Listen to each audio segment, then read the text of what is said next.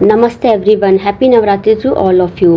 तो आज का हमारा टॉपिक है अपने कर्तव्य के कर्मों का त्याग ना करें, कर्महीन होते ही शनि शनि आप ऊर्जाहीन होने का आभास करेंगे। तो इस बात का तात्पर्य क्या है? इस बात का तात्पर्य सिर्फ इतना है कि जो आपकी रिस्पॉन्सिबिलिटी है उसको आपको परफॉर्म करना है, उसको आपको निभाना है। आप ये ना सोचिए कि हम ये काम दूसरे को दे दें। आप जिस तरह से धीमे धीमे दूसरों को काम देते जाएंगे वैसे वैसे आपके शरीर में जो है बीमारी घर करती जाएगी, आप आलसी हो जाएंगे और आलस होने के साथ साथ जो है धीमे धीमे आप ऊर्जाहीन होने का आभास करेंगे। क्योंकि जब आप कर्म करते हैं तो आप इसी बहाने आप उठते हैं जल्दी।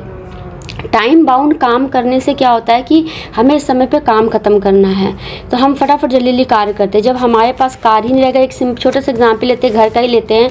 यदि हम हेल्प के लिए हाउसवाइफ यूजुअली मेड सर्वेंट वगैरह हम लोग रख लेते हैं, तो या तो आप यदि कोई कार्य दूसरे को दे रहे हैं तो दूसरा कार्य फिर आप लेते भी हैं। यदि आप काम कर रहे हैं, जैसे आपने घर के कुछ कामों के लिए किसी को रख लिया तो वो कार्य आपसे छिन गया, मतलब वो कार्य अब आप नहीं कर सकते।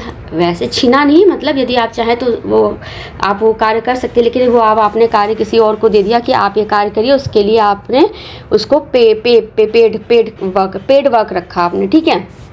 लेकिन धीमे धीमे क्या हुआ कि आप धीमे धीमे इसी तरह आपको लगेगा अरे ये काम भी कर दिया है, अच्छा चलो ये वाला काम भी तुम ही कर दो, अच्छा चलो ये वाला काम भी तुम ही कर दो। तो धीमे धीमे क्या होगा कि आपके पास कर्म ही नहीं रहेंगे। या तो देखिए आप ऑफिस बाहर वर्किंग हो तो बात ठीक है, लेकिन यदि घर में है केवल आप, और घर में रहते हुए यदि आप सारे काम दूसरों से करा रहे हैं तो धीमे धीमे जो है आप आलसी हो जाएंगे, आप डिप्रेशन के मरीज हो जाएंगे। और जो है धीमे धीमे क्या होगा कि आपके पास कोई कार्य ही नहीं रह जाएगा, लगातार आप लेटे रहेंगे, सोते रहेंगे। तो धीमे धीमे जो है आप जो है ऊर्जाहीन होने का आभास करेंगे। तो आपका पूरा बायोलॉजिकल क्लॉक जो है पूरा डिस्टर्ब हो जाएगा। आपका शरीर जो है, मैंने सेवरल टाइम अपने प्रीवियस वीडियोस में बताया है कि हमारा शरीर जो है बायोलॉजिकल क्लॉक के अकॉर्डिंग काम करता है। टाइम बाउंड हमारा शरीर जो है हिसाब से कार्य करता है। तो मेन हमारे बॉडी में दो ही सिस्टम है, एक तो intake of the food and the excretion. तो एक्सक्रीशन और इनटेक ऑफ फूड, तो फूड हम किस तरह से खा रहे हैं, किस तरह से कर रहे हैं, तो हमारे शरीर में जो ये साइकिल है ये बिल्कुल भी डिस्टर्ब नहीं होनी चाहिए। अब फिजिकल वर्क भी कई प्रकार का है। एक वर्क है जो आप बैठे बैठे कर रहे हो, एक व्यक्ति इस दुकान में है, दुकान में बैठा रहता है, सिर्फ उसका कार्य है कि पैसे कलेक्ट कर रहा है।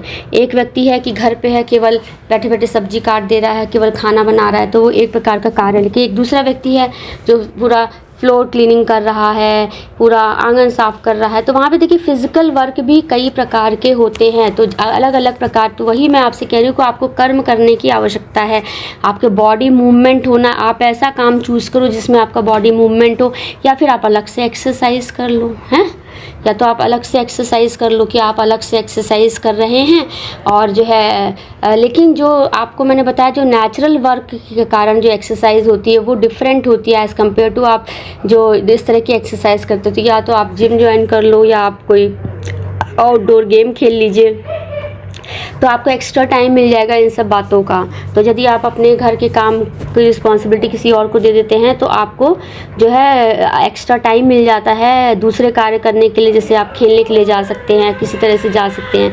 तो ये सब एक ग्रेजुअल प्रोसेस होती है, एक दिन में नहीं होता है, लेकिन ये मैं आपको बता रही हूँ। इसी तरह से कुछ साइकोलॉजिकल पेशेंट होते हैं, डिप्रेशन के पेशेंट होते हैं, तो वो उनको इतना आलस होता है कि वो कोई भी कार्य ठीक से नहीं कर पाते, क्योंकि उनको दवाइयाँ ऐसी दी जाती हैं जिससे के कारण उनके पूरे शरीर में सिडेटिव इफेक्ट रहता है। सिडेटिव इफेक्ट होने के कारण उनकी फिजियोलॉजिकल एक्टिविटी सारी सप्रेस हो जाती है। फिजियोलॉजिकल एक्टिविटी सप्रेस हो जाने के कारण जो है वो जो बॉडी के रूटीन कार्य हैं वो भी नहीं कर पा रहे होते हैं। तो भगवत गीता में हमेशा कर्म के बारे में हाईलाइट किया गया है। आज मैं आपको कर्म के दूसरे पहलुओं के बारे में बताना चाहती हूँ कि भगवान ने कहा आप कर्म करिए लेकिन फल का त्याग कर दीजिए, तो आप कर्म के बंधन से मुक्त हो जाएंगे। लेकिन इसके साथ ही जो है अपने कर्तव्य के कर्मों का त्याग ना करें। जो आपका कर्तव्य है, जो कार्य भगवान ने आपको दिया है वो आपको करना है। आप ये सोचिए कि किसी और से करा लेंगे तो धीमे धीमे इसका प्रभाव आपके शरीर पर पड़ेगा, और शरीर पर पड़ते ही धीमे धीमे आप ऊर्जाहीन होने का आभास करेंगे। ऊर्जा का क्या मतलब है? जब आपके शरीर में एनर्जी ही नहीं रहेगी तो आप क्या कार्य कर पाओगे? तो आपके अंदर एक उत्साह होना चाहिए। पहली बात तो मोटिवेशन होना चाहिए। मोटिवेशन के बिना आप कोई कार्य नहीं कर पाएंगे। तो आप जो है इसीलिए कहते हैं कि कोई व्यक्ति रिटायर हो गया है या कुछ हो गया है, अभी मैंने आपको इस पे बताया था, तो आप जो है कुछ ना कुछ कार्य जो है करते रहिए। घर के बड़े बूढ़े हैं, उनके पास यदि कोई कार्य, तो भक्ति का कार्य कर सकते हैं। भक्ति के कार्य में जो है आराम से जो है वो आराम से भक्ति करते हुए भगवान के कार्य को ले सकते हैं और इस तरह से अपने आप को इंगेज रख सकते हैं।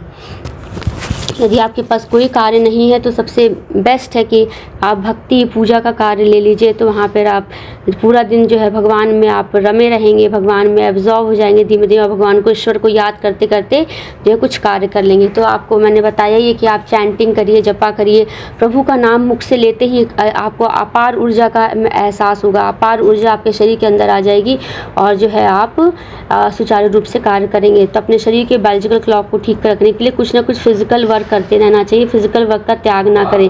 फिर वर्क भी देख लीजिए कई प्रकार के वर्क होते हैं। एक बैठे बैठे कंप्यूटर वर्क भी होता है, एक होता है चलते फिरते वाला वर्क होता है कि व्यक्ति इधर से जा रहा है, उधर से जा रहा है, उधर से जा रहा है, उधर से जा रहा है। तो आपको चूज़ करना होगा कि किस प्रकार का कार्य जो है आपके शरीर के लिए लाभदायक है। थैंक यू एवरीवन, नमस्ते एवरीवन।